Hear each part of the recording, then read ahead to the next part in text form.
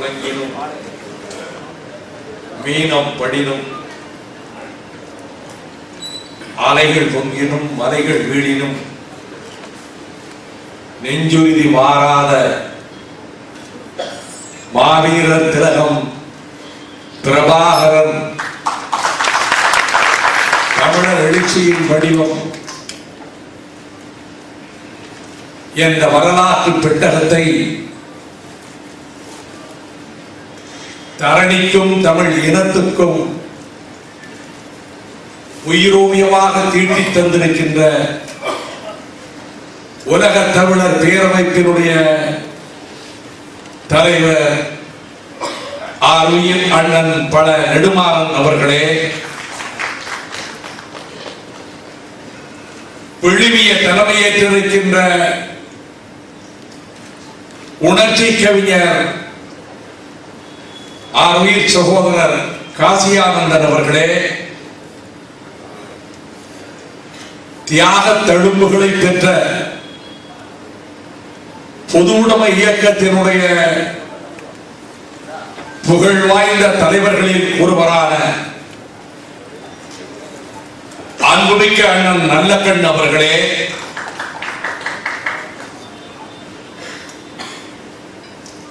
படைத்தளங்கள்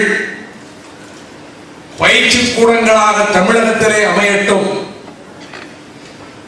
ஒரு காட்டுப்பாதையிலே தோட்டம் ஒன்றை தேர்ந்தெடுத்து அனுப்பி வைக்கின்ற வாலிபர்களுக்கு ஆயுத பயிற்சிக்கு ஏற்பாடு செய்யுங்கள் என்று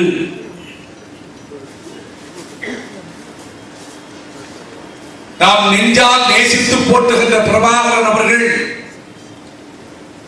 அண்ணன் நெடுமாறன் அவர்களுக்கு கடிதம் எழுதிய போது அப்படி அவர் நேரடியாக சென்று தேர்ந்தெடுத்த இடங்களில் ஒன்று குளத்தூரை அடுத்த புலியூர், இன்னொன்று திண்டுக்கல் சிறுமலை. அந்த பயிற்சி கூடத்தையும் அமைத்துக் கொடுத்து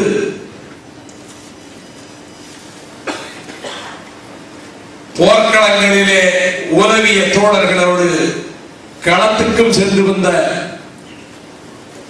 இங்கே உரையாற்றிய ஆர்வியல் சகோதரர் குளத்தூர் மணி அவர்களே, பேரன்புக்குரிய சகோதரர் மணியரசன் அவர்களே, அன்புமிக்க பரந்தாமன் அவர்களே, தொகுத்து தந்த முனைவர் ஜெயராமன் அவர்களே, வரவேற்ற முத்தமிழ்மணி அவர்களே, நூலின் படிகளை பெற்றுக்கொண்ட அன்புக்குரிய கணக்காயர் பாலசுப்ரமணியன் அவர்களே, மதுரா டிராவல்ஸ் பாலன் அவர்களே, சந்திரேசன் அவர்களே, திருச்சி சவுந்தரராசன் அவர்களே, உணர்ச்சி கொந்தளிக்க திரண்டிருக்கின்ற தமிழ் பெருமக்களே, சகோதரிகளே, பத்திரிகையாளர்களே, ஊடகையாளர்களே, எனது சிரம் தாழ்ந்த வணக்கம். வாழ்நாளில் பிறர்க்கரிய ஒரு பேச்சினை எனக்கு வழங்கிய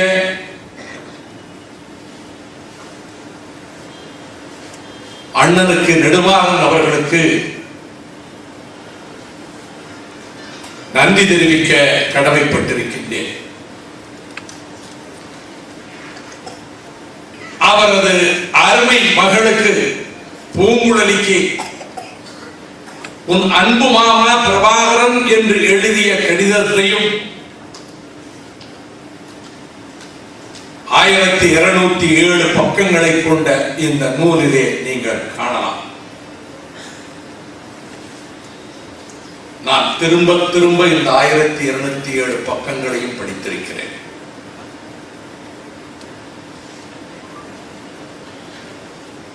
இது தமிழர்களின் வரலாற்றில் ஏற்பட்ட ஒரு பெரும் குறையை போக்குகிறது.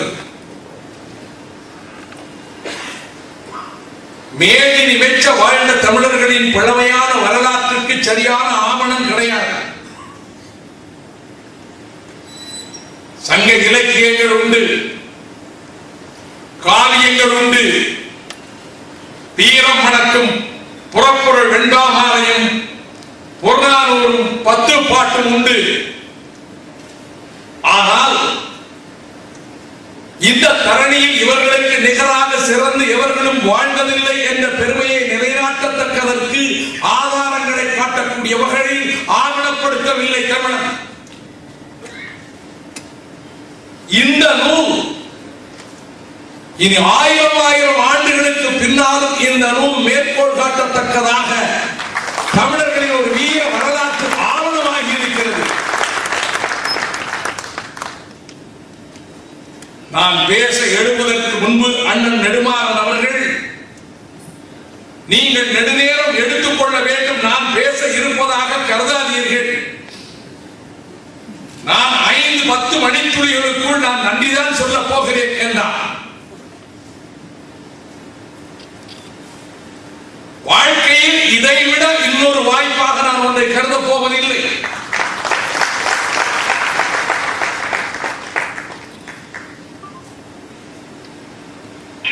இந்த நூலில் பல கேள்விகளுக்கு விடை இருக்கிறது. நம்முடைய மாற்றாரினுடைய விமர்சனங்களுக்கு பதில் இருக்கிறது. பல புதிர்கள் அவிழ்க்கப்பட்டிருக்கின்றன. 1982ஆம் ஆண்டு சென்னை மத்திய சிறைச்சாலையிலே நான் சந்தித்த போது இந்த வீர வாலிபன் ஏற்கனவே வேதி சுப்பிரமணியத்தோடு தன் இல்லத்துக்கு வந்தவர்தானே என்று அவர் உணர்கிறார்.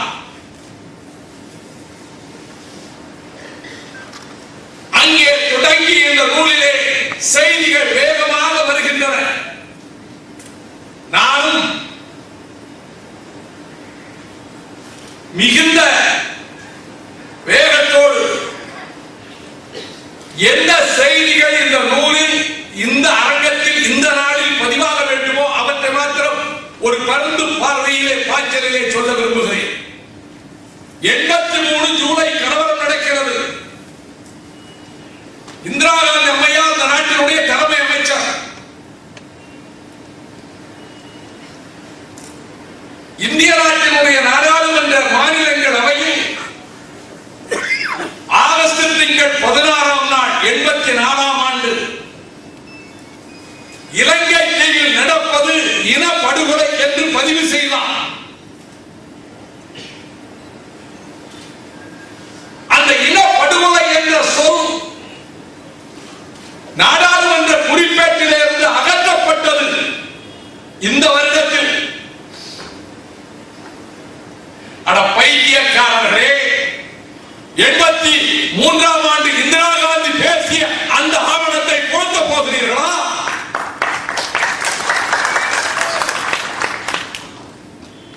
தமிழர் தியாக பயணம் தமிழகம் எரிமலையாக காட்சியளித்தது. நேற்று முன்தினம் நில அதிர்வு ஏற்பட்ட போது மக்கள் எப்படி பதற்றம் அடைந்தார்களோ அதை போல, பூகம்பம் விளைந்ததை போல தமிழர் மனங்கள் நடுங்கின. அப்போது நான் கடல் கடந்து செல்வேன் என்று அண்ணன் நெடுமாறன் அவர்கள் இந்த வங்காள புடாக்கடலினுடைய அலைகள் வழியாக செல்லுகிறோம், ராமேஸ்வரத்திலே இருந்து செல்லுகிறோம் என்று புறப்பட்டு விட்டார். மதுரையிலிருந்து புறப்பட்டு செல்கிறார். வழிநெடுகிலும் பல்லாயிரக்கணக்கிலே மக்கள் திரளுகிறார்கள். தவத்திற்கு குன்றக்குடி அடிகளார் அவர்களும் அன்றைய மக்கள் தலைவர் எம்ஜிஆர் அவருடைய அமைச்சரோடு ஒரு வந்து பயணத்தை நிறுத்தலாமா என்று கேட்கிறார்கள். அதற்கு அவர் இசைவளிக்கவில்லை. படகுகள் அப்புறப்படுத்தப்படுகின்றன. கடலில் செல்லுகின்ற படகிலே இருந்து தடுக்கப்பட்டு கைது செய்யப்பட்டு கரைக்கு கொண்டு வந்து விடுவிக்கப்படுகிறார். இது ஜூலை திங்கள் ஆகஸ்ட் மாதம் நடைபெறுகிறது. இது ஆகஸ்ட் திங்களில் நடைபெறுவது 83. நவம்பரிலே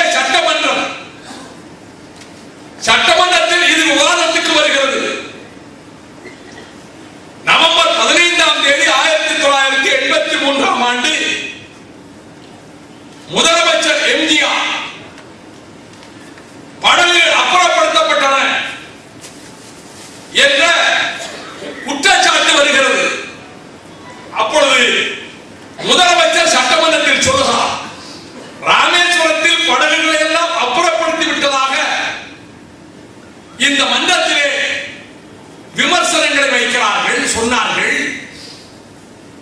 நான் கேட்கிறேன், முதல்வர் கேட்கிறார் சட்டமன்றத்திலே, ஒரு நெடுமாறனை இழந்து விட்டால் இன்னொரு நெடுமாறனை நாம் பெற முடியுமா?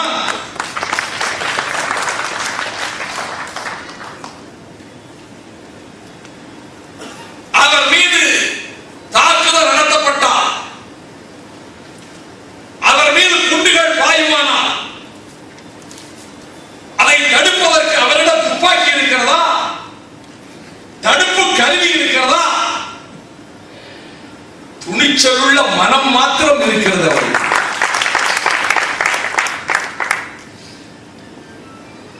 அவரை பாதுகாக்க வேண்டாமா? அவர் பிரச்சாரம் செய்கிறார், நான் செய்ய முடியாது. அவர் சொல்லுகிறார், நான் செய்ய முடியாததை அவர் பிரச்சாரம் செய்கிறார்.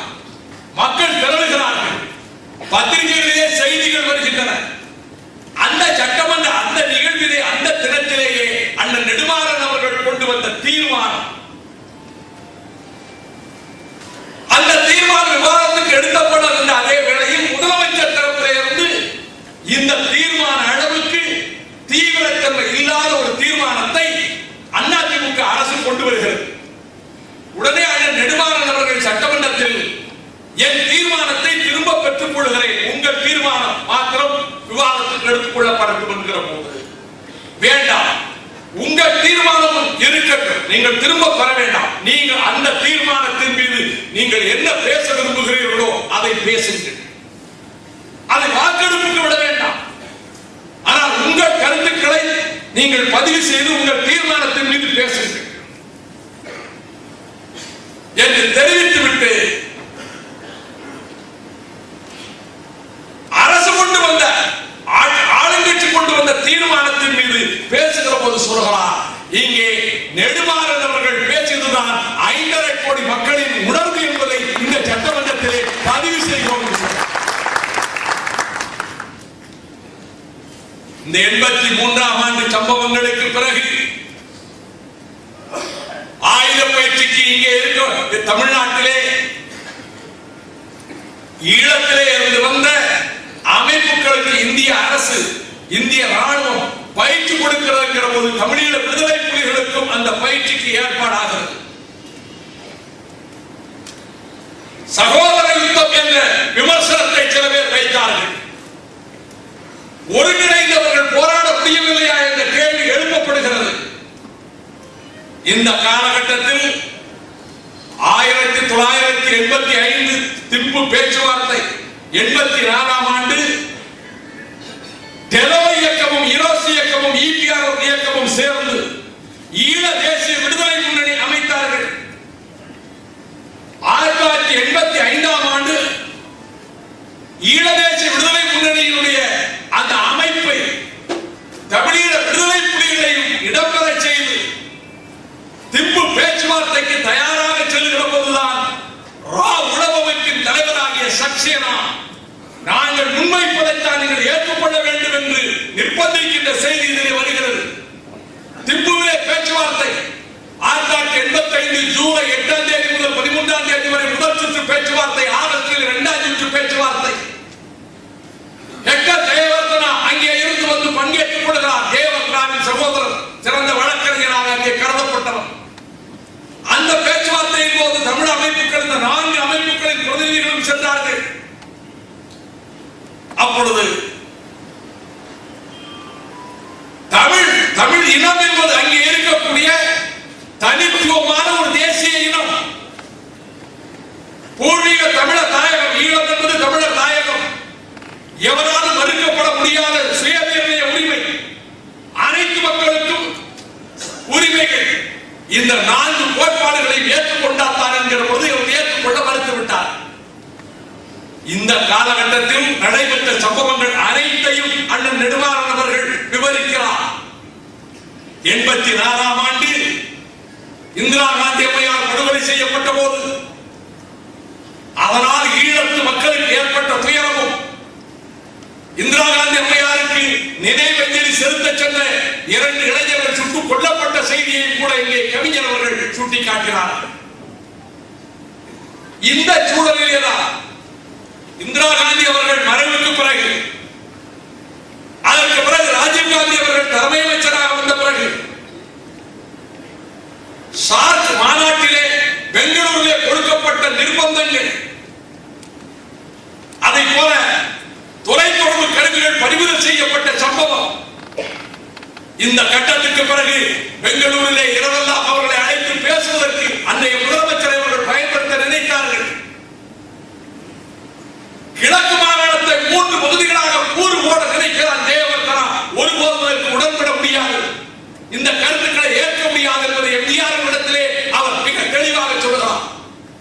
இந்த கட்டத்தில் அவர்களுக்கு ஆயுத போராளி ஒரே வழி என்று முடிவு செய்யப்பட்டதற்கு பிறகு, தந்தை செல்வா வட்டப்பட்ட தீர்மானத்துக்கு பிறகு, இனி இளைய தலைமுறை முன்னெடுத்து செல்லட்டும் என்கிற போது, தங்கள் தாயக விடுதலைக்காக இனி ஆயுதம் ஏந்துவது ஒன்றுதான் வழி என்ற ஆயுத போராட்டத்தை நடத்தி கொண்டிருக்கிற காலத்தில் அவர்களுக்கு தேவைப்பட்ட நிதியை அன்றைக்கு அள்ளி தந்தார் என்ற செய்தியை தருகிறார் அண்ணன் நெடுமாறன். முதலமைச்சர் தந்தார். மதுரையிலே தங்கியிருந்தார். பிரபாகரன் அவர்கள் இங்கே தங்கியிருந்தார். எல்லா செய்திகளும் அவர் இல்லத்திலே தங்கியது, மதுரையிலே தங்கியிருந்த அத்தனை சம்பவங்களையும் விவரித்துக் கொண்டே போகிறார். அந்த நாட்களுக்கு பிறகு அவர் இனி ஈழம் சென்று விடுவதென்ற போது, கடலிலே செல்லுகிற வரையில் தான் ஆபத்து வரலாம், நான் கரை சேர்ந்து விட்டால் எந்த ஆபத்தும் வராது என்று சொல்லிவிட்டு பிரபாகரன் போகிறார். இனி வருவதில்லை இந்திய மண்ணுக்கு என்று முடிவெடுத்து செல்கிறார். சம்பவம் அப்பொழுதுதான் தமிழீழ விடுதலை ஆதரவாளர்கள் மாநாடு மதுரையிலே, அதை குறிப்பிடுகிறார். எஸ்ஓ மாநாடு, விடுதலை புலிகள் மீது குற்றச்சாட்டு வைக்கப்படுகிறது, தெரோ இயக்கத்தை சேர்ந்தவர்களை சுட்டுக் கொண்டு விட்டார்கள் என்று. விடுதலை புலிகளின் மதிக்கத்தக்க தலைவர்களில் ஒருவராக லிங்கம் சுட்டுக் கொல்லப்பட்டது, அங்கே நடைபெற்ற கொடிய சம்பவங்களும் மக்கள் விரோத செயல்களிலே அவர்கள் ஈடுபட்டது. எனவே எதிர்ப்புரட்சியாளர்கள் என்ற கழகக்காரர்களை அடக்குகின்ற முறை எல்லா புரட்சிகளிலும் நடைபெற்றதை போல அங்கே சம்பவங்கள் நடைபெற்றன. இந்த கட்டத்தில் உங்களையே ஏக பிரதிநிதியாக ஏற்றுக்கொள்கிறோம் என்று இந்திய தூதராலயத்தில் இருக்கக்கூடிய முதன்மை செயலாளர் கூறி அங்கே போய் சொல்லி, மேதகு பிரபாகரன் அவர்களை அங்கே இருந்து அழைத்துக் கொண்டு வந்து டெல்லிக்கு கொண்டு சென்றதற்கு பிறகு, டெல்லிக்கு அழைத்து செல்கிற வரையிலே நீங்கள் தான் ஈழ தமிழர்களுடைய பிரதிநிதி என்ற வகையிலே அழைத்து சென்றதற்கு பிறகு அவர் அசோகா ஹோட்டலிலே எவரும் சந்திக்க முடியாதவாறு சிறை வைக்கப்பட்டதை போல அடைக்கப்பட்டிருந்தார். அந்த சம்பவங்களை பாலசிங்கத்தின் வாயிலாகவே குறிப்பிடுகிறார். இந்த சுங்கானுடைய புகை அடங்குகிற நேரத்திற்குள்ளாக உங்களை ஒழித்து கட்டிவிடுவோம் என்று சொன்னார் நேற்று. After 2000 boys, 2000 கொடியங்கள் என் காலடியில் கிடப்பார்கள் என்றார் அன்றைய தலைமை அமைச்சர் ராஜீவ் காந்தி. இந்த சந்தர்ப்பத்தில் திணிக்கப்பட்ட ஒப்பந்தம் இந்திய இலங்கை ஒப்பந்தம். ஆகவேதான் 29ஆம் தேதி ஜூலை மாதம் ராஜீவ் காந்தி அங்கே சென்றதும் ஜெயவர்தனாவோடு ஒப்பந்தத்திலே கையெழுத்து போட்டுவிட்டு திரும்பியதும் தாக்குதல் நடத்திய விஜயமுனி அவன் அதே நாட்டிலே தேர்தலிலே போட்டியிட்டு அவன் வெற்றி பெற்றான் என்ற செய்தியும், ராஜீவ் காந்தியின் உயிரை குடிப்பதற்கு முயன்றவருக்கு அந்த நாடு மகுடம் சூட்டுவது என்ற செய்தியும் இங்கே வெளியிடப்பட்டிருக்கின்றது. அவன் சொல்லுகிறான் ஜெயவர்தனா, நான் இந்தியாவோடு ஒப்பந்தம் செய்து விட்டேன், இந்திய ராணுவத்தை இந்த நாட்டுக்குள்ளே பிரவேசிக்க அனுமதித்து விட்டேன் என்று என் அமைச்சர்களும் சில அரசியல் கட்சிக்காரர்களும் என்னை கடுமையாக விமர்சித்தார்கள். இப்பொழுது ஒரு உண்மை புரிந்து விட்டதா? இப்பொழுது நம்முடைய ராணுவ வீரர்கள் கைப்பந்து விளையாடி கொண்டிருக்கிறார்கள்.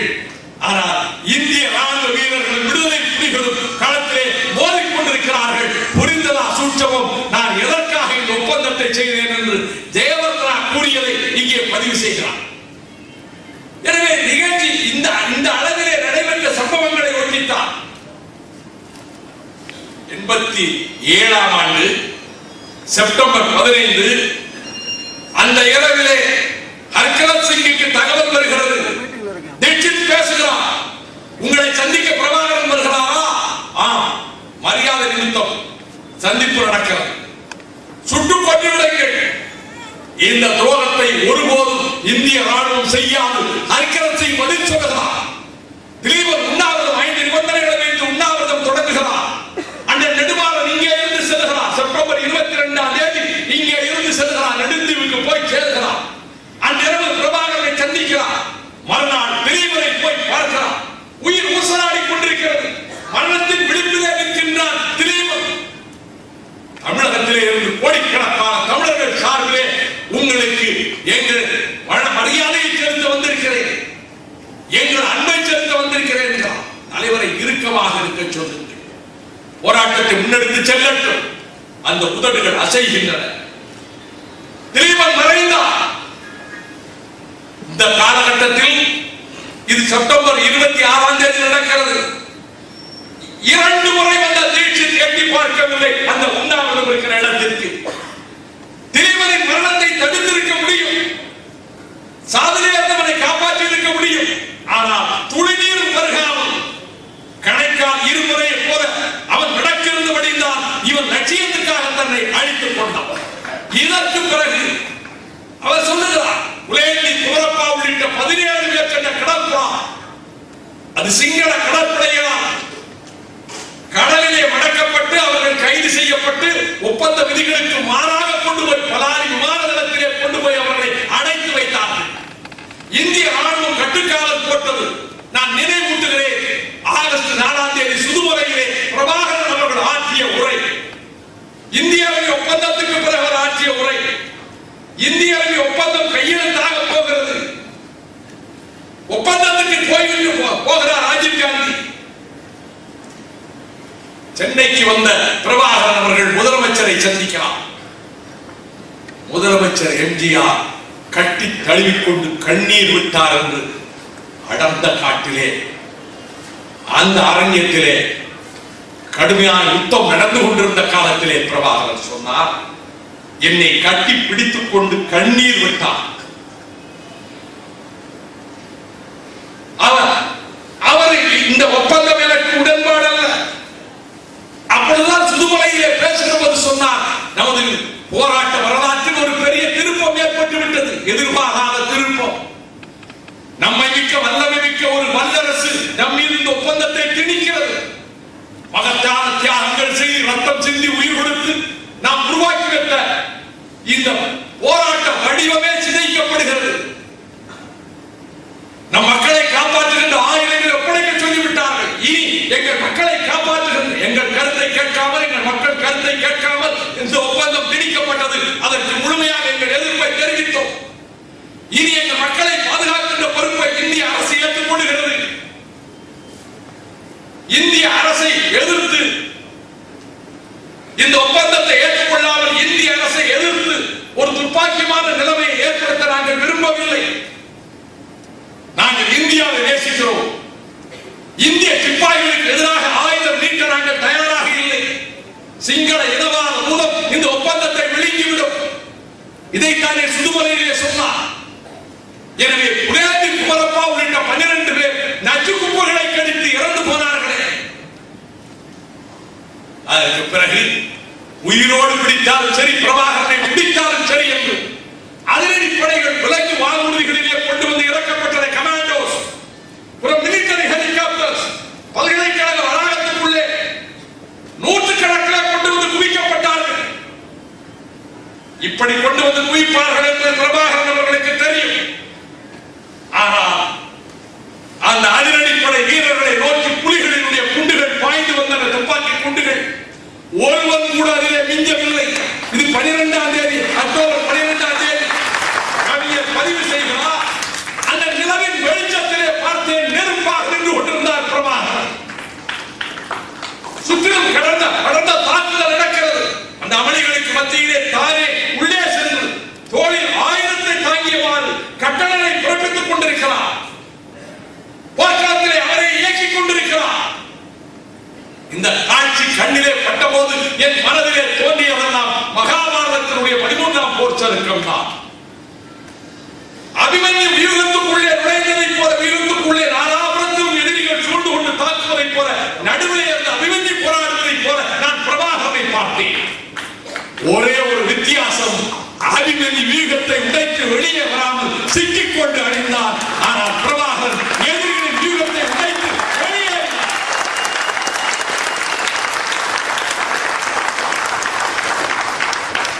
வெறும் வார்த்தைக்காக பாராட்டுவதற்காக அல்ல, எந்த நாட்டினுடைய ஆயுத உதவியும் இல்லாமல் ஆயுதங்களை தயாரித்தார்கள் என்று மணி சொன்னாரே, ஒவ்வொன்றுக்கும் காரண பெயர் உண்டு. தூதனாக அனுப்பி வைத்து நிறுவனம் பிரபாகரனை சந்தித்து விட்டு வாருங்கள் என்று இங்கே இருந்து சென்னையிலே இருந்து அனுப்பி வைத்து பிரபாகரன் அவர்களை சந்தித்து திரும்பி வருகின்ற வழியிலே நான் இந்திய அரசால் அனுப்பி வைக்கப்பட்டவன் என்று சொன்னால் போதும் என்று தெரிவித்து விட்டு திரும்பி வருகிற வழியிலே அவரோடு புலிகள் வந்தார்கள், மற்ற தோழர்கள், மற்ற தம்பிமார்கள். ஆனால் நான் தான் ஜானி என்று சொன்னான். யாழ்ப்பாணத்தினுடைய தலகத்தனாக இருந்தவர் கிட்டுவை போல நெற்றியில குண்டு பாய்ந்தும் கூட உயிர் பிழைத்த மருத்துவ உலகத்தின் அதிசயத்தை நிரூபித்த ஜானி. நான் தான் ஜானி என்று சொன்னதற்கு பிறகு உச்சந்தலையிலிருந்து உள்ளங்கால் வரை இயந்திர துப்பாக்கி குண்டுகள் சல்லடை கண்களாக துளைக்கப்பட்டது. உடன் வந்த புலிகள் சுடப்படவில்லை. காட்டு சுளிகளை பொறுக்கி ஜானியை குறைத்து சாம்பராக்கி விட்டு போனார்கள் புலிகள். அந்த ஜானியின் பேரில் தான் தம்பி கண்ணிவெடியை தயாரிக்க சொன்னார். அந்த கண்ணிவெடியிலே சிக்கி கால்களை இழந்தவர்கள், உயிர்களை இழந்தவர்கள் யார்? பசிலன் பெயரிலே தான் எரிகுண்டுகள் தாக்குதலுக்கு கணைகளை தயாரிக்க சொன்னார். அந்த காலகட்டத்தில் அந்த போரை நடத்துகிற போது வெறும் 28 பேரோடு தாரகத்துக்கு சென்று அன்பு என்கின்ற ஒரு தம்பியை பற்றி சொல்லி இருக்கிறார். அவர் சென்னையிலே பொறுப்பாளராக தமிழ்நாட்டிலே இருந்தவர். அவர் சொல்லுவார், நல்ல வயிறு நிறைய சாப்பிட்டு சண்டை போட்டு சாகலாமே, 28 பேர் இருக்கும், லட்சம் படைகள் சுற்றி அலையுது, ஆனால் தலைவரும் சாப்பிட மாட்டேங்கிறாரு. ஒரு நாளைக்கு ஒரு டம்ளர் கஞ்சி, உள்ளாத கஞ்சி. ஆனால் கண்ணி வெடிகளையும் மற்றவரையும் தயாரிப்பதற்கு தலைச்சுமையாக பொருள்களை கொண்டு வர சொல்றாரு நான் நினைச்சது உண்டு. ஆனால் அதற்கு பிறகுதான் இவன் தான் எங்கள் தலைவன் என்று நாங்கள் உணர்ந்தோம். ஆசரைகளை பாடி உருவாக்கினார். அந்த லட்சத்துக்கு மேற்பட்ட படைகள் குவிக்கப்பட்ட போது 8 கடிதங்கள் எழுதினார்கள். அவர்கள் சமாதானத்துக்கான கதவுகள் திறக்கப்படாத போரை நிறுத்த மாட்டீர்களா என்று கேட்டார். ஒழித்து கட்ட வேண்டும் என்ற நோக்கத்தோடு ஆபரேஷன் செக்மேட் நடத்தினார். இது ஒரு கட்டம், இது ஒரு போர்க்களத்தினுடைய கட்டம். அதன் பிறகு அரசு மாறுகிறது, விபி சிங் பொறுப்பேற்கிறார். அங்கே பிரேமதாசா இந்திய படைகள் வெளியேறட்டும் என்று குரல் கொடுக்கிறார். ராஜேந்திர காய்களை மிக திறமையாக பிரபாகரன் நகர்த்துகிறார். சூழ்ச்சி தானே அண்ணன் நல்லது என்று சொன்னாரே, சூழ்ச்சி இருக்கை தானே அரசியல். இனத்தை காப்பதற்காக, சுயநலத்துக்காகவோ, மகிழ வேண்டுவதற்காகவோ, தானோ தன் குடும்பமோ வாழ்வதற்காகவோ அல்ல, தன் நாயக விடுதலைக்காக பிரபாகரன் காய்களை நகர்த்தினார். இதற்கு பிறகு 90ஆம் ஆண்டு எந்த யாழ்ப்பாணத்தை 370 ஆண்டுகளுக்கு மேலாக 400 ஆண்டு காலம் டச்சுக்காரன், போர்த்துகீசியர் என்று வரிசையாக வெள்ளைக்காரன் காலம் வரையில் ஆங்கிலேயர்கள் காலம், அதற்கு பிறகு சிங்களவர்கள் கையிலே இருந்த அந்த யாழ்கோட்டையை எப்படி கைப்பற்றினார்கள்? அண்ணனிடம் கேட்டேன், எனக்கு ரொம்ப ஆச்சரியமா இருக்கு, இந்த யுத்தகல காட்சிகளை நீங்க எப்படி எழுதுனீங்க? அவர் சொன்னார், என்கிட்ட நிறைய அதை எழுதிக்கணும் என்று சொன்னார். கொஞ்சம் அந்த யுத்தகல காட்சிகள் இன்னும் கொஞ்சம் விரிவா எழுதிட்டு உயிர்நாடியே இந்த முன்னுக்கு அண்ணையா அதானே விரிவுல யாரும் இது ஒரு வீர காவியம், இதிகாசம் அல்ல. இந்த வீரகாவியத்தை எடுத்து ஒவ்வொருவரும் எழுதுங்கள். இதிகாசங்களை வைத்து எழுதியிருக்கிறான் ஹோமர் இலியட் யுத்தத்தை, டிராய் நகரத்து யுத்தத்தை. அது ஒரு புராணம், கிரேக்க புராணம். அதை போலத்தான் இந்த நாட்டிலே கோடிக்கணக்கான மக்கள் விரும்பி ஏற்றுக்கொண்டிருக்கக்கூடிய இதிகாசங்கள்.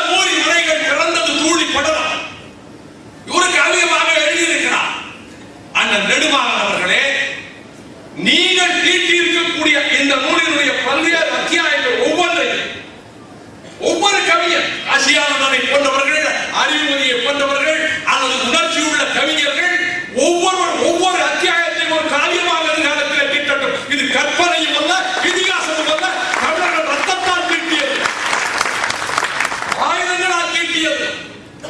அந்த அடிப்படையில் தான் அந்த யாழ்கோட்டை போரை பற்றி நீங்கள் விவரித்திருக்கிறீர்கள். நானே நினைத்தேன், நீங்கள் பயிற்சி பெற்று ஒரு எதாவது ராணுவத்திலே இருந்து ஒரு படையிலே இருந்து போராடியதை போல எப்படி இவ்வளவு நுணுக்கமான செய்திகளை இதிலே தந்தீர்கள் என்று பார்க்கிறேன். 1990ஆம் ஆண்டு ஜூலை திங்களில் யாழ்ப்பாண கோட்டையை கைப்பற்ற புலிகள் புறப்படுகிறார்கள். அந்த நிலவெளிச்சத்திலே புறப்படுகிறார்கள்.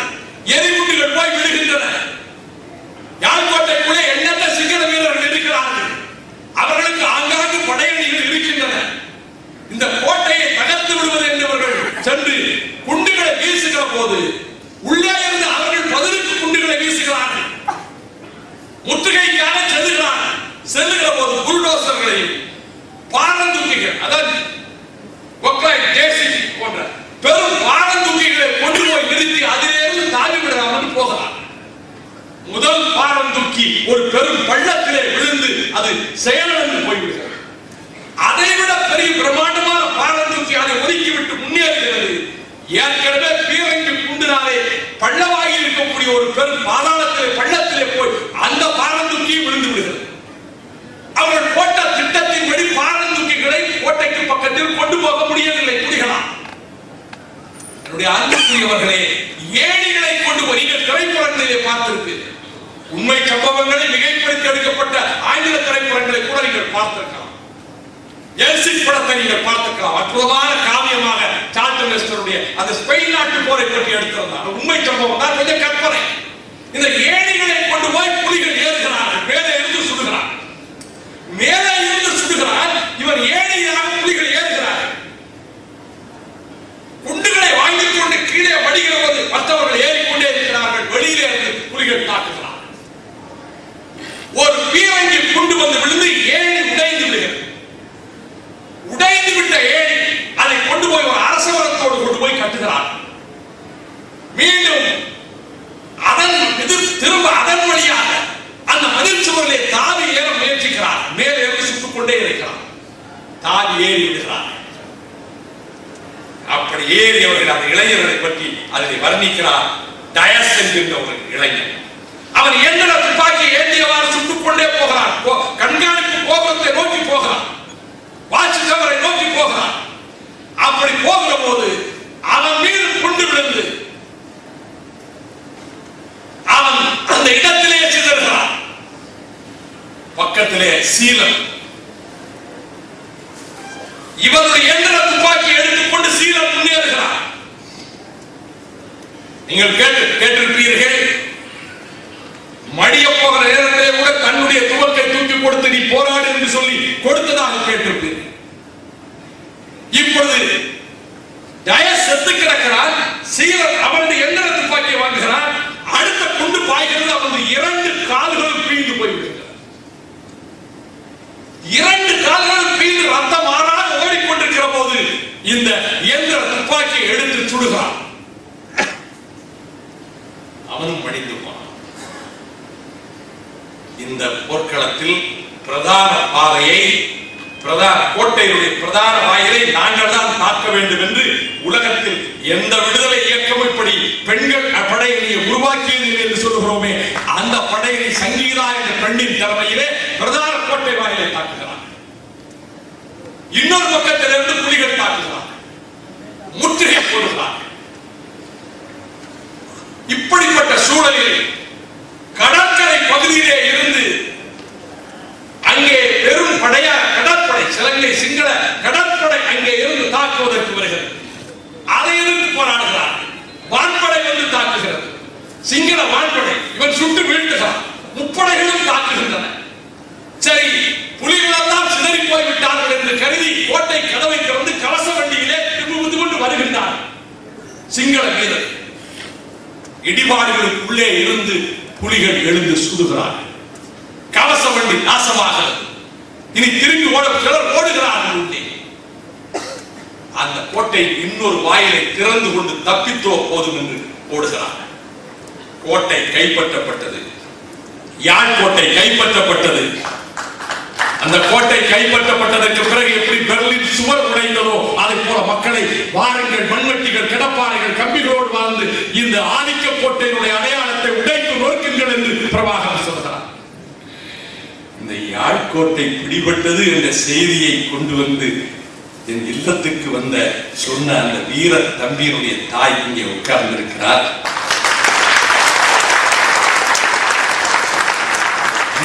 யாழ்கோட்டை பிடிபட்டு சொன்னா, யாழ்கோட்டை நம்ம புலிக்கொடி பறக்குதுன்னா கோட்டையை உடைச்சு எடுத்தாச்சுட்டான். இப்படி போராடக்கூடிய அந்த ஆற்றல் தான் நான் குறிப்பிட்டேன் அல்லவா. அங்கே இன்னொரு அதிசயம் நடந்தது, கேள்விப்பட்டிருக்கீங்களா நீங்க? ஜெயிலுக்குள்ளே இருந்து மண்ணை அகழ்ந்து பாதாள சுரங்க வச்சு வெளியே போனதாக நடந்தது. இரண்டாம் உலக யுத்தத்தின் போது இப்படி ஒரு ஜெர்மனிய சிறையிலே இருந்து தப்பிச் சென்றவர்களை பற்றி ஒரு படமாக எடுத்து 1965 கிரேட் எஸ்கேப் என்ற ஒரு படம் குளோப் தியேட்டர்ல ஓடிச்சு. ஜேம்ஸ் ஸ்டூவர்ட் தான் அதுல கதாநாயகன். நான் 4-5 தடவை அந்த படம் பார்த்திருக்கேன். அந்த படத்துல என்னன்னா, எப்படி தப்பிச்சு போற ஜெயிலுக்குள்ள ஜெர்மனி பிரிசன், அதுல இருந்து நம்ம தப்பிச்சு போகணும். ஒவ்வொரு நாளும் வந்து அவங்க வந்து அந்த இருக்கிற இடத்திலேயே அந்த தரைக்குள்ளேயே பள்ளம் தோன்றாங்க. பள்ளம் தோன்றப்ப அந்த மண்ணை வெளியே கொண்டு போடணும்ல, அந்த மண்ணை இந்த பேண்ட்டுக்குள்ள ஒரு சின்ன ஒரு சுருக்கு பை மாதிரி வச்சு அந்த மண்ணை உள்ள போட்டுக்கிட்டே போய் வெளியே போய் வேலை செய்யற மாதிரி அந்த மண்ணை அப்படியே கொஞ்சம் கொஞ்சமா கொட்டிட்டே வருவாங்க. இப்படி பல நாள் முயற்சி செய்து அதற்கு பிறகு பள்ளம் தோண்டி அந்த ஜெர்மனிய அந்த வேலி அடைக்கப்பட்ட அந்த சிறை டவர்ஸ் இருக்கு, கண்காணிப்பு டவர்ஸ், இவங்க உள்ளே இருந்து வெளியே வந்து தப்பிடுவாங்க. தப்பி செல்லுகிற போது டவர் இருந்து பார்க்கிறோம், உடனே விரட்டுகிறார். இவர்கள் தப்பி சென்று விட்டார். அதற்கு பிறகு அது பரபரப்பான காட்சிகள். கடைசியிலே 2 பேர் ஒரே ஒருத்தர் தான் தப்பி போறார், 2 பேர் பிடிபடுகிறார்கள். கதாநாயகன் மீண்டும் சிறையிலே கொண்டு வந்து அடைக்கப்பட்டு அந்த ரூம்குள்ளேயே அவன் போட்டுருப்பான். அதான் படத்தை முடிச்சான். இது கிரேட் எஸ்கேப் நடந்த சம்பவம்னு படமா எடுத்தான். நம்ம புலிகள் அதை விட அஜகாய சூழல். அந்த ஜெர்மன் பிரிசன்ல அகழி கிடையாது, வேலூர்ல அகழி இருக்கு. 1995ஆம் வருஷம் நாட்டுக்கு சுதந்திரம் ஆகஸ்ட் 15 கொண்டாடுறோம். ஆனா புலிகள் வேலூர் சிறையில இருந்து ஆகஸ்ட் 15 அன்னைக்கு தப்பிச்சு போயிட்டாங்க. 43 பேர், 4 பெண்கள் உட்பட. அதை சொல்றாங்க, அதை அண்ணனுக்கு எழுதின கடிதத்தில் அவங்க சொல்றாங்க, நாங்க எப்படி தப்பிச்சோம்னு உங்களுக்கு தெரியும். திப்பு மகால், ஐதர் மகால் இருக்கு வேலூர் ஜெயில. திப்புவின் பிள்ளைகளும் அங்கே தானே கொண்டு வந்து வைக்கப்பட்டார். 1886 படிச்சிருப்பீங்களா? அங்கே பல அறைகளில் சிமெண்ட போட்டு மூடி வச்சுட்டாங்க. மாடியில ஒரு தளத்துல அறைகள், கீழே உள்ள தளத்துல அறைகள், மாடி கீழே பல அறைகளில் சிமெண்டை போட்டு மூடி வைத்து விட்டார்கள். எங்களுக்கு வசதியாக போய்விட்டது. மாடி தளத்துல இவர்களுக்கும் அறை ஒதுக்கப்பட்டிருக்கு. உடனே இவர்கள் என்ன செய்கிறார்னா, ஒரு அறையில மேலே இருந்து அந்த அறை சுவரை தோண்டுகிறார். தளத்தை தோண்டிடுறாங்க. தளத்தை தோண்டி அதுல இருந்து கீழே உள்ள அறைக்கு வந்தாச்சு. தளத்தை தோண்டி கீழே உள்ள அறைக்கு வந்த பிறகு அதுக்கு அடுத்த அறையில இருந்து அதுக்கு அடுத்த அறையில் மேலும் தரையை தோண்டி 2 அடிக்கு 4 அடி அளவிலே தரையை தோண்டி 10 அடி ஆழத்திலிருந்து டானா சைஸ்ல 3 அடிக்கு 4 அடி 102 அடிக்கு தோண்டி இதுக்கு என்ன பொருள்னு கொடுங்க. எத்தனை மண்வெட்டி, எத்தனை கம்பி, அதெல்லாம் பொருள் தான் எழுதியிருக்கிறான். இதை போட்டு இதுக்கு மத்தியில 4 தடவை 150 போலீஸோட வந்து சிறை அதிகாரிகள், அந்த சிறை காவலர்களோட வந்து இவங்க சர்ச் பண்றாங்க. இவங்க எந்த அறையில மேல்தளத்துல ஓட்ட போட்டு இறங்கியிருக்காங்களோ அங்கேயே உள்ள வராங்க. அதை மூடி வச்சுட்டு இவங்க சமையல் காய்கறி காயோட நடிக்கிட்டு இருக்காங்க. என்னப்பா செய்யறீங்கன்னா, நாங்க உணவு தயாரிச்சுக்கிட்டு இருக்கோம்னு சொல்றாங்க.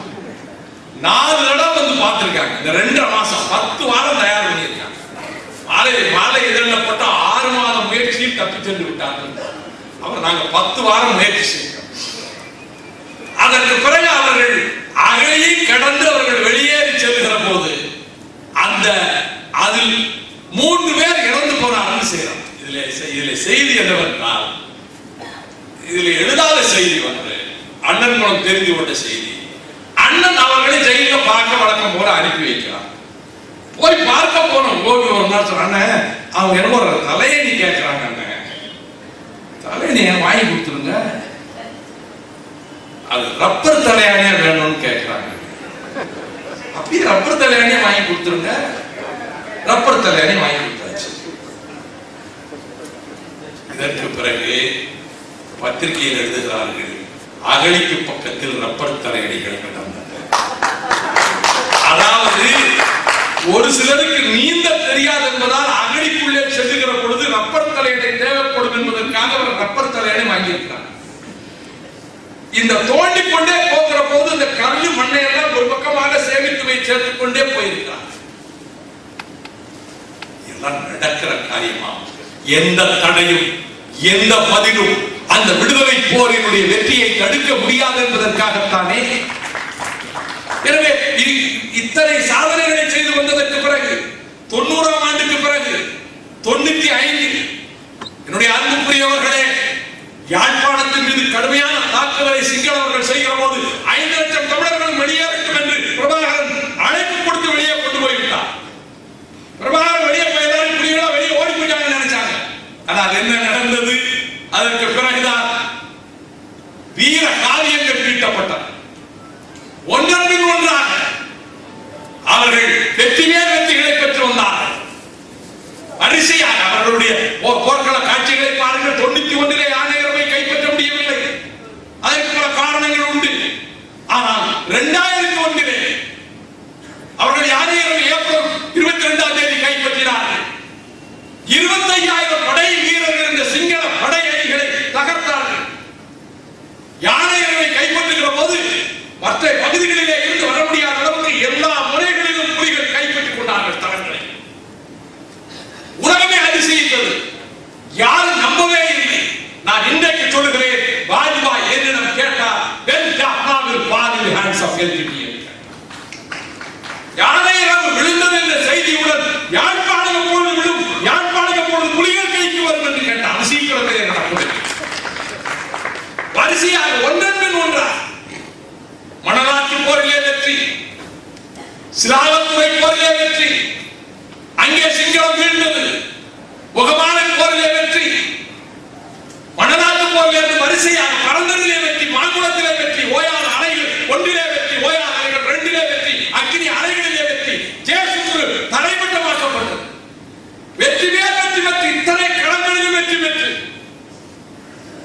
ஏழத்தாழ கட்டுப்பாட்டு பிரதேசம் சுதந்திர தமிழீழம் என்று பிரகடனம் செய்கிற அளவுக்கு ரத்தம் சிந்தி மகத்தான தியாகம் செய்து இவ்வளவு செய்ததற்கு பிறகு மனிதநேயம் உள்ளவர் அல்லவா?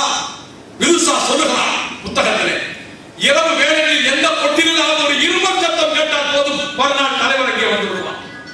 இங்கே ராத்திரி இருமீதியா, யாருக்கு உடல்நலம் இல்லை.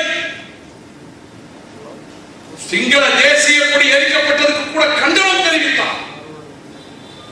ஒரு சிங்கள பெண்ணை ஒரு புலிகளின் ஆதரவு அமைப்பிலே உள்ளவர் தமிழ் பெண்கள் பாலியல் கொடுமைக்கு ஆளாக்கப்பட்டதன் விளைவாக ஆத்திரமுற்றதாக சொல்லி ஒரு சிங்கள பெண்ணை பாலியல் கொடுமைக்கு ஒருவன் ஆளாக்கிவிட்ட செய்தி அறிந்து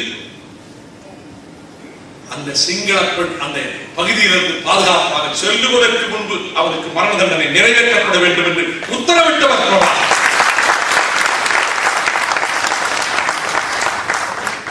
எங்காவது ஒரு சிங்கள பெண்ணை புலிகள் பாலியல் பலாத்காரத்துக்கு ஆளாக்கியதாக உலகம் சொல்ல முடியுமா? அவர் எவ்வளவு மென்மையானவர். அவரை மகிழ்ந்த இடம் எது? அது செஞ்சோலை அல்லவா? சின்னஞ்சிறு பிஞ்சுகள் அல்லவா? தாயை தந்தையை போர்க்களத்திலே இழந்த பிள்ளைகள், பிஞ்சு குழந்தைகள் அல்லவா? அந்த நெடுமாறன் சொல்லுகிறாரே, அந்த செஞ்சோலை 8 செஞ்சோலைகள் அங்கு போகிற போது தின்பண்டங்கள் வாங்கி கொண்டு போவார். அந்த அத்தனை பிள்ளைகளும் அப்படியே அவரை ஆற தழுவிக்கொள்ளும். கவலையெல்லாம் மறந்து கலகலவென்று சிரித்து மகிழ்ச்சியோடு இருப்பார். தாயும் தந்தையும் இல்லை என்ற கவலை இந்த பிள்ளைகளை வரக்கூடாது. இவர்களை போர்க்களத்துக்கு நாங்கள் பயிற்றுவிக்க மாட்டோம். இந்த பிள்ளைகளை போருக்கு பயிற்றுவிக்க மாட்டோம். தாய் தந்தை இல்லாத குறையோடு இந்த பிள்ளைகளை இயக்கம் வளர்த்தெடுக்க வேண்டும். இதைத்தானே சொன்னார். அதை போலத்தானே காந்தரூபன் அறிவிச்சோரையும் அப்படிப்பட்ட இளம் பிள்ளைகள், இளம் பெண் பிள்ளைகள், இது ஆண் பிள்ளைகள். போர்க்களத்திலே பிள்ளைகளை இழந்தவர்களுக்கு, வயது முதிர்ந்தவர்களுக்கு மூதாளர்கள். என்ன அருமையான ஏற்பாடு!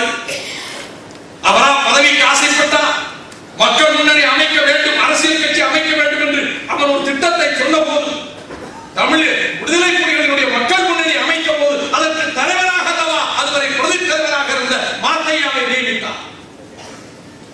ஆகவே அவரை பொறுத்தவர்கள் ஒரு பெரிய கடற்படை உருவாக்க வேண்டும். தமிழீழம் அமைந்த பிறகு அதிபராக மாட்டேன், போரிலே உயிரிழந்த குடும்பங்களுக்கு புனர்வாழ்வு தர வேண்டும், அங்ககீனமானவர்களுக்கு புனர்வாழ்வு தர வேண்டும், தாயை தந்தை இழந்தவர்களுக்கு, பிள்ளைகளை இழந்தவர்களுக்கு புனர்வாழ்வு தர, அந்த வேலையை மாத்திரம் நான் பார்ப்பேன் என்று சொன்னவர் அல்லவா? எனவே இவ்வளவு கட்டத்துக்கு பிறகு போர்க்களங்களிலே வெற்றி பெற்று, யானை இரவிலே வெற்றி பெற்ற பிறகு காட்டுநாயக்க விமான நிலையத்தை இரவோடு இரவாக சென்று தகர்த்து 2001 27 விமானங்களை படுசூரணமாக்கி இனி எழவே முடியாது சிங்கள வான்படை, சிங்கள அரசு என்ற நிலையை உருவாக்கியதற்கு பிறகுதானே போர் நிறுத்தத்தை அவர்கள் அறிவித்ததற்கு பிறகு யுத்த களத்திலே இவரை சந்திக்க முடியாது, எதிர்கொள்ள முடியாது என்று அவர் ஒப்புக்கொண்டு வந்தார். சிங்களத்துக்கு ரணில் விக்ரமசிங்கே காலமாக இருக்கட்டும், நார்வே நடுநிலையிலே அத்தியாவசியம் செய்ததாக இருக்கட்டும், பேச்சுவார்த்தைகள் தொடங்கி போர் முனையில் வெற்றி பெற்று ராஜேந்திர முனையில் ஒரு நடத்திக் கொண்டிருக்கிற இந்த கட்டத்துக்கு பிறகு 2004 ஆட்சி மாறியது. காங்கிரஸ் தலைமையிலான அரசு இந்தியாவிலே பொறுப்பேற்றது, வஞ்சகம் சூழ்ந்தது, சூழ்ச்சி வளைத்தது, இந்தியா ஆயுதங்களை கொடுத்தது, முப்படைகளுக்கும் கொடுத்தது, முப்படை தளபதிகளை அனுப்பி திட்டங்கள் வகுத்துக் கொடுத்தது, அணு ஆயுத வல்லரசுகள் ஆயுதங்களை கொடுத்தன. எத்தனை வல்லரசுகள்? பாகிஸ்தான், சீனா, ரஷ்யா, இஸ்ரேல், இந்தியா, ஈரான், இத்தனை நாடுகளின் ஆயுத பலத்தை எடுத்து நின்றார்கள். இப்படி ஒரு படை, இப்படிப்பட்ட வலிமை உள்ள படை எங்கும் இல்லை. இத்தனை பேரை எழுந்திருந்தார்கள். சேட்டலைட் கேமராக்கள் மூலமாக அவர்களுடைய நகர்வுகளை காண்பித்து ஒரு காலத்தில் அவர்கள் செய்கிறவர்கள் ஒருபோதும் வென்றிருக்க முடியாது. இந்த துரோகங்கள், 4ஆம் கட்ட போர் என்று சொல்லப்பட்ட போர் இந்திய அரசு நடத்திய யுத்தம். இந்திய அரசு ஆயுத பலத்தை கொடுத்து, திட்டங்களை வகுத்து கொடுத்து, புலிகளின் கடல் புலிகள், ராசராசன் வெளிவந்தவர்கள் அல்லவா, கரிகாலன் வெளிவந்தவர்கள் அல்லவா என்று கடல் புலிகள் அமையும், வான்புலிகள் அமையும். யாரால் அமைக்க முடியும்? அது மட்டுமல்ல, எந்தெந்த பிரிவுகளிலே அரசுக்கு தேவையான வேளாண்மை பிரிவு, மீனவர் பிரிவு, கலால் பிரிவு, கல்வித்துறை, நீதித்துறை, உள்ளூர் காவல்துறை நடேசன் தலைமையில் இத்தனை பிரிவுகளில் அமைத்து ஒரு அரசியை நிர்ணயித்து விட்டாரே, உழவை பாழாக்கி துரோகம் செய்து போர்க்களத்திலே சிங்களவனால் ஒருபோதும் எதிர்கொண்டிருக்க முடியாது. இந்திய அரசு வஞ்சகமாக திட்டம் வகுத்து ஆயுத பலத்தை அள்ளி கொடுத்து முப்படை தளபதிகளை வைத்து போரை இயக்கி நவீன கருவிகளை எல்லாம் கொடுத்து ஒரே நேரத்தில் பல்லாயிரக்கணக்கானவர்களை கொண்டு வைக்கக்கூடிய அளவுக்கு குண்டுகளை வாரி இறைத்து இதன் மூலமாகத்தான் களத்திலே அவர்களுக்கு பின்னடைவு ஏற்பட்டது. இந்த நூலில் இந்த செய்திகள் எல்லாம் இன்னும் ஏராளம் சொல்லப்பட்டிருக்கின்றன. அதனால் தான் நான் சொன்னேன், ஒவ்வொரு அத்தியாயத்தையும் ஒரு காவியமாக்குங்கள் கவிஞர்களே. இது கற்பனை அல்ல, உண்மை.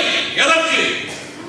உணர்ச்சியை ஊட்டுவதற்கு மட்டுமல்ல, இந்த வீரத்தை அவர் வரலாற்று காவியமாக அவர் ஒரு ஆவணமாக்கி இருக்கிறார். யாரும் செய்ய முடியாத ஒன்றை செய்திருக்கிறீர்கள். இதற்கு அழிவே கிடையாது. இன்னும் 1000 ஆண்டுகள் கழித்தாலும் இந்த வரலாற்றை இது பற்றி இன்னும் நூல்கள் நிறைய வரும். இதை அடிப்படையாக வைத்து எழுதுவார். வால்மீகி எழுதியதை வைத்து பல பேர் எழுதினார்கள். இதிகாசத்தை, ராமாயணத்தை, கம்பனும் கூட எழுதினார்.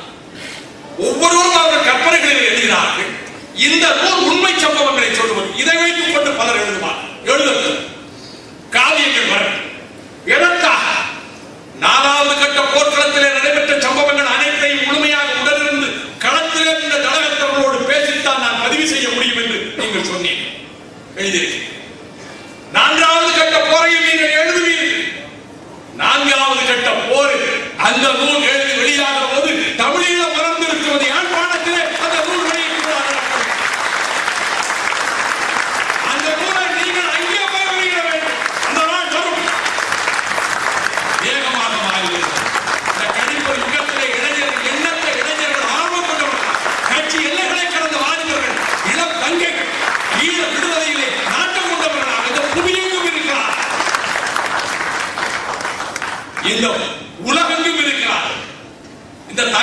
தொடர்பும் நமக்கு எப்படிப்பட்ட சாதனத்தை ஏற்படுத்தி கொடுத்திருக்கிறது.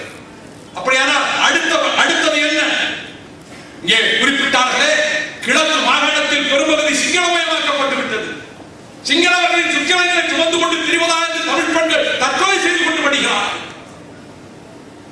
அவர்கள் முற்றாக வெளியேற்றப்பட வேண்டும், குடியேற்றம் தடுக்கப்பட வேண்டும் என்று மட்டுமல்ல, கட்ட அக்கிரமமான குடியேற்றம் செய்த அனைவரும் வெளியேற்றப்பட வேண்டும்.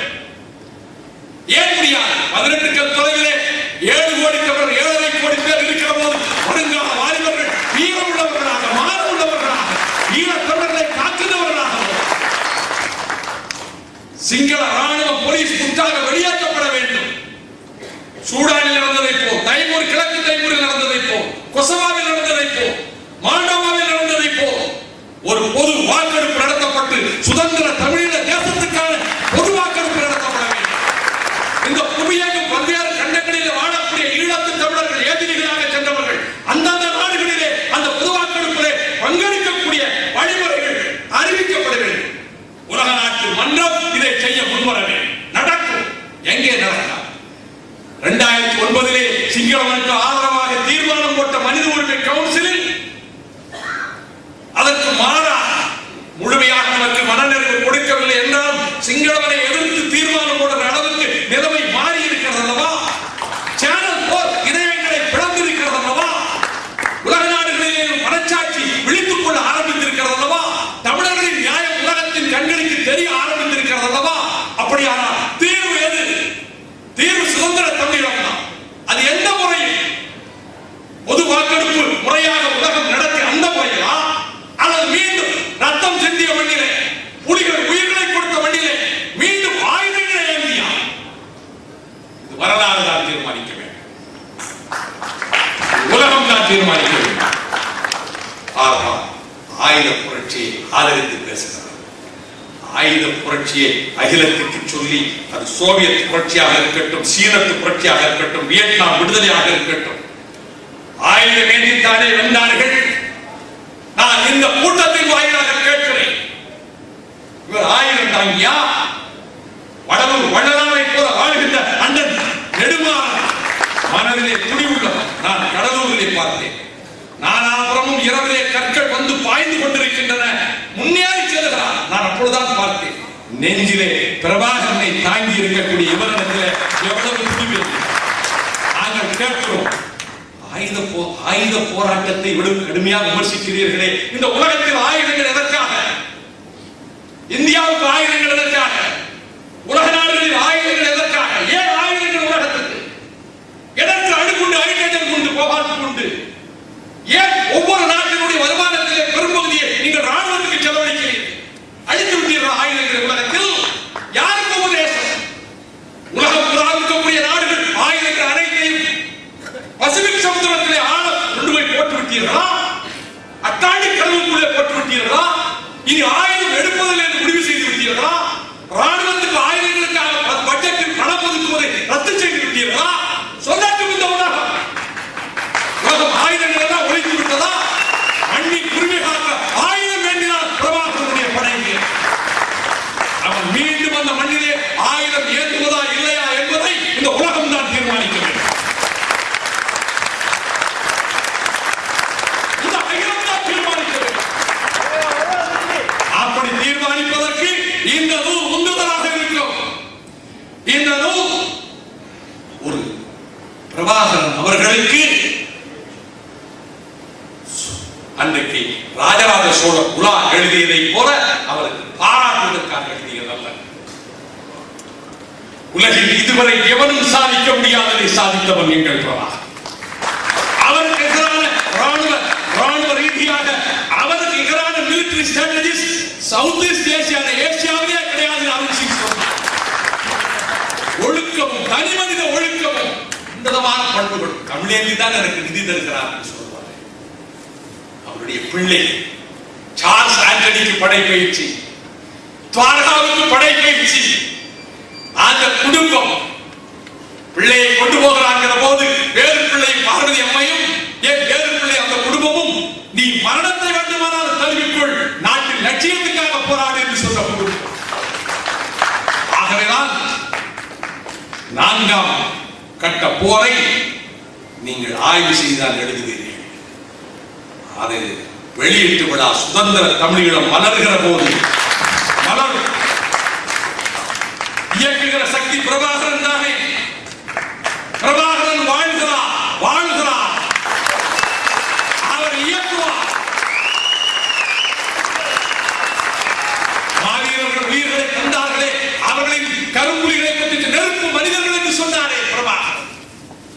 அப்படிப்பட்ட நெருப்பு மனிதர்கள் தங்களை அழித்துக் கொள்வதற்கு நஞ்சு குப்பைகளை கழுத்திலே கட்டிக்கொண்டு தங்களை அழித்துக் கொள்ள துடித்தவர்கள். அவர்களுக்கு நிகரான வீரகாவியம் எவரும் படைக்கவில்லை. அதை அற்புதமான காவியமாக்கி தந்திருக்கிறீர்கள். இது தமிழர்களின் வீரகாவியம் பிரபாகரன் நூல். இந்த தமிழர் எழுச்சி வடிவம் என்கிற ஒரு தமிழர்களுடைய வரலாற்று காவியம்.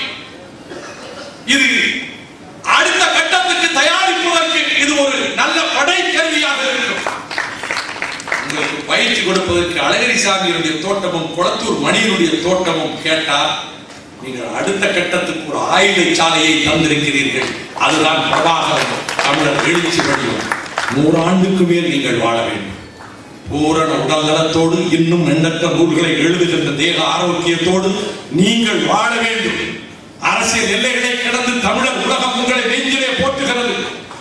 இளைஞர்கள், வாலிபர்கள், அருமை தங்கைகள், இந்த தமிழீழ விடுதலைக்கு ஏதாவது செய்தோம் என்ற பெருமையை பெறுகிற உங்கள் வாழ்நாளில், நாம் வாழுகிற நாளில் தமிழீழ விடுதலையில் நாம் ஒரு அளவிலே பங்கேற்றோம் என்ற பெருமையை பெறுகிறோம்.